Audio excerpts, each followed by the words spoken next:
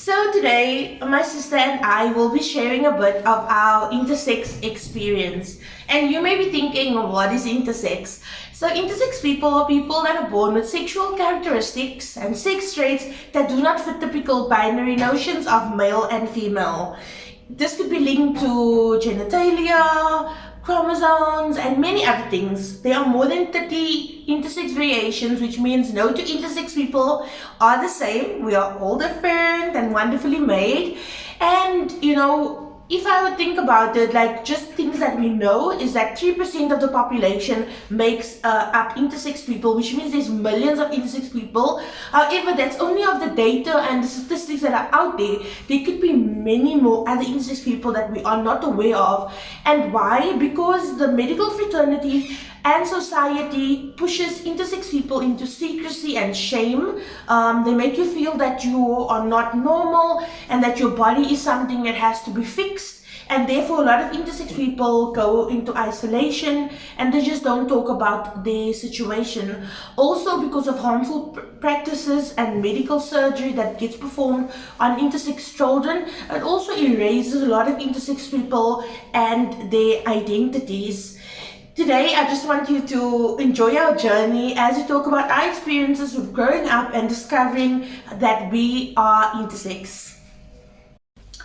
About myself, I'm Hendricks now. I grew up in Beyond, a small suburb in Cape Town. My childhood was very lovable. I had the most loving family. I had a single mother.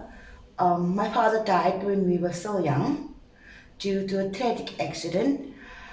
But living with them was like the best experience as a child growing up. So more about myself. My name is Crystal Hendricks. I grew up in Belhar, a small suburb in Cape Town. I grew up with my single mother, my 4 siblings, and my grandparents as well. I would say my childhood was very fun. I was a very extroverted child, so I took part in a lot of activities like school play. So my discovery of being intersex is a long journey. It started at the age of 16, where I started questioning my mother about what's happening, because my sister, younger than me, is now having a menstruation and I didn't go, not been through the steps, and it was like, what's happening? So I started questioning, bothering my mother. So she said, okay, let's do this. We go to the doctor and find out what's happening. Went to the private doctor. Doctor examined me, said no, there's nothing wrong, gave me a few tablets to take for 4 days, and after the 4 days I must come back if nothing happened. So I used the tablets, no menstruation after the 4 days. So she said, no, now I must give you a letter to go to the hospital, which she preferred us to Tygerberg. Went on our date to Tygerberg. We came there. I was like very nervous because I don't know what's happening, what's going on. I must now go for this physical examination. So came there now, doctor was calling me. Now I was cross-questioning my mother. What's happening? Is it the female doctor? Is it the male doctor? Because I'm still young, I'm shy, I don't know what's happening. Came there, it was a male doctor. Okay, they said I must go undress me, put that hospital robe on. When they did all of that, now it's time the doctor must now examine me. Said I must lay on this bed. I laid on the bed, and now he's now examining my private parts. And it's like being a teenager at the age of 16, like you're very sad, what's happening? And the doctor just left the room saying nothing. My man is sitting outside because I'm alone now in this small examination room. So he went outside and I was like just wondering, where's this doctor going to? He came back with another doctor, and that doctor is now also examining me. After a while I started realizing, but now 15 doctors has now come to examine me. Something is definitely wrong with me because no one is saying anything. So the doctor came and said, no, you can go dress yourself, or we have to wait on the professor. I dressed myself, we went to sit in the sitting room with my mother, and I told her now what's happening because there was so much doctors examining me, but no one is telling anything. As we sit in the waiting room, waiting on this professor now to come. He's taking his own time, like we were sitting there for 6 hours, and then he came. Professor came, we were called into his office, examination room. And now me and my mother were sitting there. Doctor said, I must go and dress myself again. I was like, really? Must I go through this process again? I was embarrassed for how many hours laying there, so many doctors examining me, but no one said anything. But I did what the professor said. I dressed myself, he examined me. So the doctor said, no, we must go for a sauna. Me and my mother went for the sauna. We came back from the sauna. Now, he has now this sauna exam, the paper of the sauna. The doctor said, well, to my mother, your daughter doesn't have a womb. And now my mother, being uneducated, was now sitting there, doctor, what do you say? What do you mean? The doctor said, well, your daughter was born without a womb. But now there's one problem. She has 2 ovaries, which has to be removed because that ovaries is as she grows, is going to have cancer due to the ovaries working on its own. There's no womb. And my mother started to cry, and I was like, is this now a bad thing happening to me, or what's going on? Because my mother cries, she doesn't say anything. And now the doctor explains to my mother in so high medical terms, which she don't understand, that she's only said, yes, doctor, she must then now go for the operation. Doctor said, okay, he's gonna confirm when is the operation. So my intersex journey is similar and also very different to my sister's journey. I remember when I was young, she went for surgery and she came back, and we all knew that she went to hospital, but none of us really knew why she went to hospital, because this was something that was not discussed in the family and it was not something that we were aware of. When I was in grade 11, so I was about 15, 16 years old, I also saw that I was not developing as the other girls. I wasn't growing breast, and I never got my period, menstruation, and I also knew something was a bit different about me. In my case, I actually didn't bother my mother about it. One day after school, I went to the free clinic, and I went to go see a doctor by myself, and I actually went in my school uniform because that was the only way a doctor would see you after school. And I went to the doctor and I explained to the doctor what was happening, and he examined me and he said, well, I'm going to give you a letter to go to the hospital. Then I came home, I told my mother, I went to the doctor, and yeah, I think we never really spoke about it up until we went to the hospital. Same journey, went to the hospital, went for a lot of scans, lots of sonas, CT scan, and at that point I thought something was really wrong with me, and somehow I was really sick, or I was abnormal in some way because of all the invasive testing and procedures. Similarly, like my sister, I also was treated like a science project, but being a young girl of 16 years old and having about 15 doctors in a room while you lay naked and being examined, I think that really, even till today, it really affects me and my feeling about going to the doctor. Sometimes I still, at this age, don't want to go to the doctor alone, and often I take my mother with me to the doctor for a common flu or anything, just because of the trauma that I've experienced when I was younger.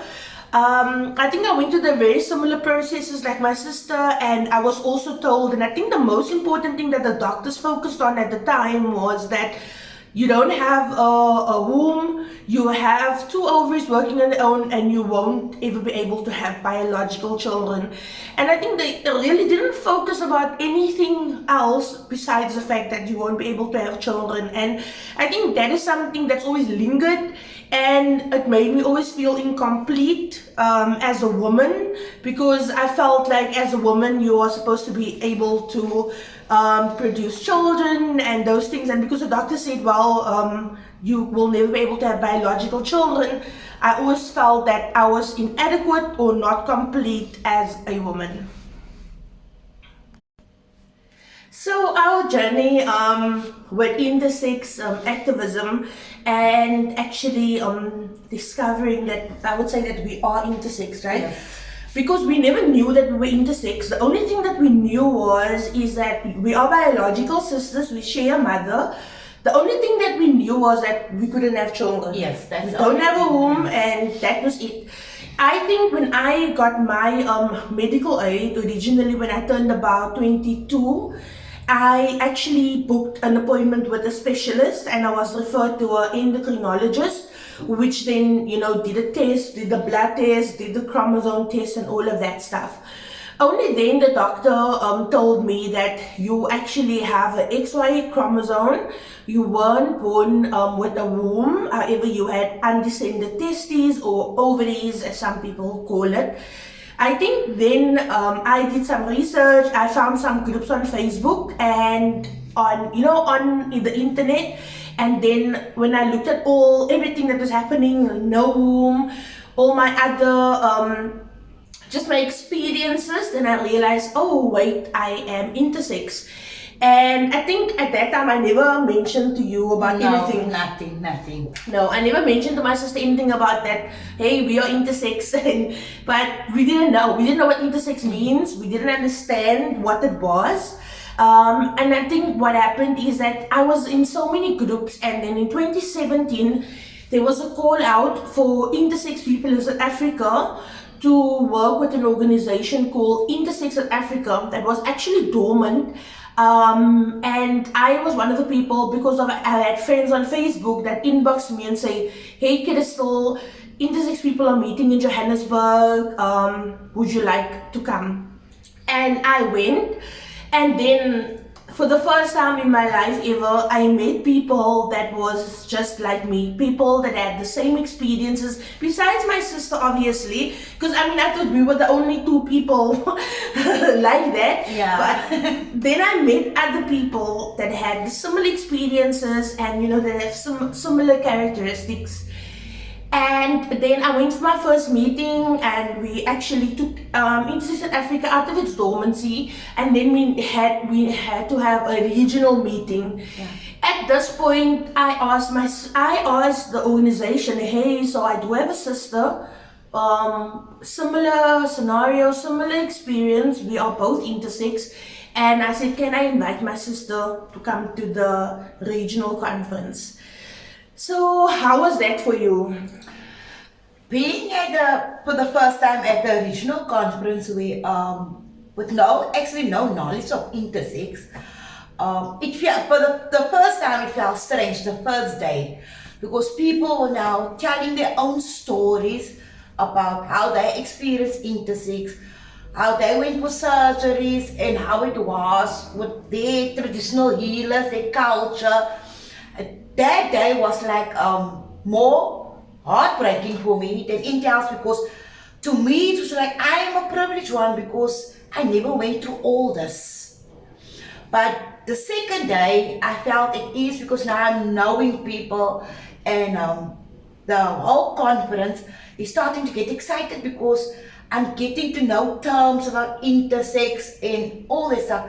So then I started to get excited when's the next meeting, I want to go again, till I started joining Intersex South Africa. Yeah, I think it's definitely the moment you meet more intersex people. I think that is the moment where you actually you start feeling more confident about yourself, and you realize that hey, all the shame and secrecy that doctors forced me in, even them wanting to fix me when there was nothing wrong with me in the first place. When you meet more people that face the same discrimination and the same violations against their body, it puts you at ease, and it gives you confidence, and hey, I have a family, I have this unit of people that shares my experiences. And now I think we've realized that there is so many intersex people out there, because intersex people make up about 3% of the population, and there's so many people born with different sexual characteristics and sex traits that just doesn't fit the typical binary notions of male and female. And also there's 30 different intersex variations. So I feel like it makes you feel happy to know that there's more people out there. What would you say, how do you feel about, from your point of view, about the fact that we actually never talked about this whole situation growing up? I think it's felt more than our mother coping with the whole situation. That's why it was like, it's that big secret, that big elephant standing there in the middle of the house, but no one wants to move that elephant or even touch that elephant just to get like a word out. What's happening? What's this? And even as our siblings, I think they were too scared to ask any questions. Because as I started realizing I'm intersex, they started just to fall in with us. They're not even asking us questions, yeah? But what is happening? What is this? Now they just fall with a plan. They just go, if we say now we're going for a conference, they will be more excited, but they don't want to ask any questions. And I think that's how our mother coped with the whole thing.